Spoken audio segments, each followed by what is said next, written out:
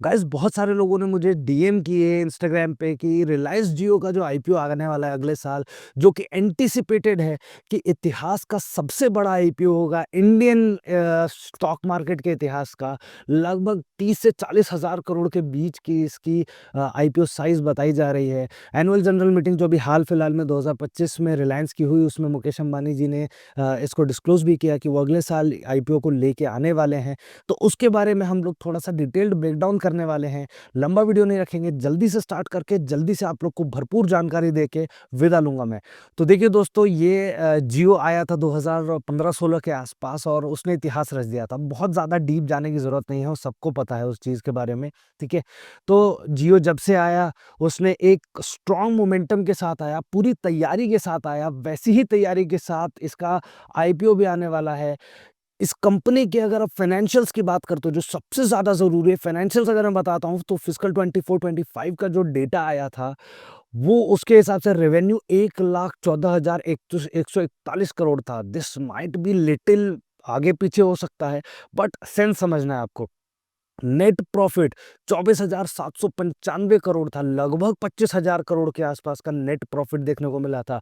Recent quarterly performance की मैं बात करता हूं, तो फिस्कल 26 के क्वार्टर टू परफॉर्मेंस की बात करता हूं, तो नेट प्रॉफिट आपका 7,379 करोड़ रुपए रहा है। रेवेन्यू फ्रॉम ऑपरेशंस रहा है 36,332 करोड़ रुपए रहा है। अभी देखिए, एयरटेल ने भी बहुत तेजी से ग्रोथ अपना एक ट्रैक पे वापस लेके आया था, बाकी कंपनियां तो बंद हो गई थी। तो एयरटेल इनका बहुत बड़ा कॉम्पिटिटर है। साथ ही साथ जो स्टारलिंक के आने की खबरें बीच-बीच में आती रहती हैं, वो भी एक बहुत बड़ा कॉम्पिटिशन है। लेकिन you can't under estimate Mukesh Ambani sir. उनका उनके पास पक्का इसका कोई ना कोई प्लान होगा। उनके उनकी फैमिली इसमें लगी हुई है, उनके बच्चे इसमें लगे हुए हैं। I hope they are going to make this company more more more bigger and bigger. तो अभी तो देखो, फाइनेंशियल्स बहुत स्ट्रांग है। ये लोग जैसे-जैसे अभी, क्योंकि जियो का मतलब सिर्फ़ टेलीकॉम नहीं है ना, जियो मतलब सिर्फ़ मोबाइल वाला टेलीकॉम नहीं है ना। जियो फाइबर, जियो एयर फाइबर, उसके बाद जियो टीवी, उसमें आपका जियो स्टूडियोज़ भी आ गया। मतलब बहुत सारी चीज़ें हैं, एक बैनर के अंडर में बहुत सारी चीज़ें हैं। अभी आपने देखा कि धुरंधर मूवी जो आई, ठीक है? उस मूवी से भी जियो को फ़ायदा हुआ, क्योंकि जियो स्टूडियोज़ जो उस मूवी को प्रोड्यूस किया था। तो आप इस चीज़ को समझ सकते हो कि ये लोग सिर्फ एक जॉनर में डिपेंडेंट नहीं है, ये लोग बहुत तेज़ी से अंदर ही अंदर ग्रोथ कर रहे हैं। तो वहाँ पे आपको बहुत तेज़ी से देखने को मिलेगी अच्छी ग्रोथ, रेवेन्यू फ्रॉम ऑपरेशंस अच्छे होते जाने वाले हैं आप लोगों को। जल्दी से मैं आपको इसके प्रोज़ एंड कॉन्स की तरफ लेके चलने की कोशिश करता हूँ, ठीक है? देखो, कॉन्स की अगर मैं बात कर लेता हूँ, तो जो टेलीकॉम सेक्टर होता है ना, ये बहुत ज़्यादा कैपेक्स इसमें डालने की ज़रूरत पड़ती है ना, आपको कैपिटल एक्सपेंडिचर में बहुत ज़्यादा खर्च करने की ज़रूरत पड़ जाती है, ताकि आप इसमें अपने आप को एक तरीके से आप समझ सकते हो कि इसमें समय के साथ-साथ चल पाओ, ठीक है? क्योंकि 4G आया, उसके बाद 5G आया, 5G में भी पैसे लगे, भई सब खरीदना पड़ता है ना वो सारा, और इनके एजीआर ड्यूज़ वगैरह भी थे। तो उन सब चीज़ों को भी ध्यान में रख के बहुत ज़्यादा ज़रूरी है कि ये हाई कैपेक्स इंडस्ट्री है, ठीक है? इसमें आपको पैसा डालना ही पड़ेगा। उसके बाद दूसरी चीज़, subscriber churn on pricing pressure, ठीक है? मान लो कि आपका जो कॉम्पिटिटर है, उसने थोड़ा-सा प्राइस कम कर दिया, ठीक है? उसको थोड़ा-सा और कुछ एडिशनल ले आया। वो सब चीज़ों को भी ध्यान में रख के देखना पड़ता है कि भई आपको अपने कॉम्पिटिटर्स क्या-क्या कर रहे हैं, उन सब चीज़ों को भी ध्यान में देना पड़ता है। एग्ज़ीक्यूशन रिस्क है, क्योंकि जैसे मैंने आपको बताया ना, telecom sector is a very high capex driven industry, ठीक है? वैल्यूएशन एक्सपेक्टेशंस बहुत ज़्यादा ह्यूज है इससे, ठीक है? पोस्ट पोस्ट आईपीओ उम्मीद ऐसी की जा रही है कि $100 बिलियन की ये इसका वैल्यूएशन हो जाएगा इसका, if I am not wrong $100 billion होने वाला है, ठीक है? 100 बिलियन से भी ज़्यादा। अगर इसका मैं आपको बताता हूँ शेयर होल्डर कैटेगरी के बारे में, जो कि बहुत ज़्यादा ज़रूरी है, जिसमें आईपीओ चांसेस बहुत ज़्यादा बढ़ जाने वाले हैं, तो उसके लिए आपके पास इनका एक शेयर एटलीस्ट रिलायंस इंडस्ट्रीज का होना चाहिए, जो कि आप लेके रख सकते हो। कोई बाइंग सेलिंग रिकमेंडेशन नहीं, कुछ भी नहीं है। जो लोग इन्वेस्ट करना चाहते हैं, उन लोगों के लिए ये चीज़ है कि वो एक शेयर अपने पास रख सकते हैं रिलायंस इंडस्ट्रीज का। कोई उसमें 1300-1400 रुपए के आसपास का शेयर है, कोई बहुत ऐसा बहुत बड़ी हवा नहीं है, ठीक है? तो वहां पे आपको एक ऑप्शन देखने को मिल जाएगा। बड़ा आईपीओ है तो वहां पे रिटेल कोटा 10% होने का, मान लो 40,000 करोड़ का आईपीओ है, रिटेल कोटा 10% है। 4,000 करोड़ रुपए का आप लोगों का सिर्फ़ रिटेल कोटा होगा, तो मिलने के चांसेस ऑलरेडी बहुत ज़्यादा हैं।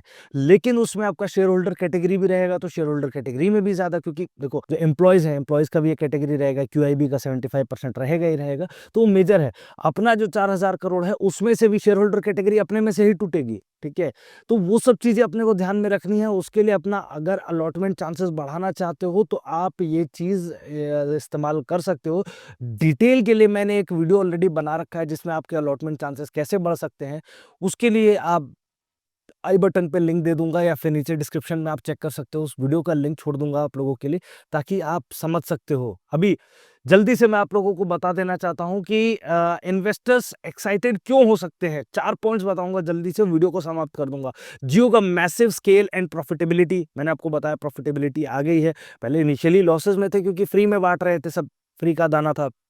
अभी पैसा लेने लगे हैं, अच्छी प्रॉफिटेबिलिटी दिख रही है। को इस क्वार्टर में भी आपने देखा होगा, क्वार्टर 2 जो था, क्वार्टर 3 था ये तो, क्वार्टर 2 वाला जो उसके नंबर्स आए थे, उस क्वार्टर में भी लगभग 7,700 करोड़ रुपए का प्रॉफिटेबिलिटी दिखी थी। तो यानी कंपनी प्रॉफिटेबिलिटी शो कर रही है।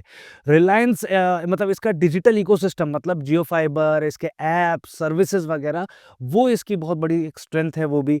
Record breaking IPO potential, IPO देखो अभी तक जितने भी बड़े-बड़े आईपीओ आए हैं ना, उन्होंने कुछ ख खास कमाल किया नहीं है। आप चाहे एलआईसी का ले लो, ठीक है, चाहे पेटीएम का ले लो, जब आए तो उन्होंने कुछ कमाल नहीं किया। लेकिन इस कंपनी से बहुत ज़्यादा उम्मीदें लगाई जा रही हैं कि ये कंपनी कुछ अलग करके दिखाएगी। मोटा भाई है तो मुमकिन है, ऐसी वाली चीज़ें सोची जा रही हैं। अभी देखते हैं आगे क्या होता है। Strategic banking from global investors in the past, आप लोग को पता है कि ब्लैक रॉक, है ना, लैरी फिंक जो है ब्लैक रॉक के सीईओ, उन्होंने जियो के साथ पार्टनरशिप करी है, और इन लोगों का एक म्यूचुअल फंड भी आया है। उसके बारे में भी हमने एक वीडियो बनाया था, अगर आपने नहीं देखा है तो उसको भी ज़रूर देखिएगा।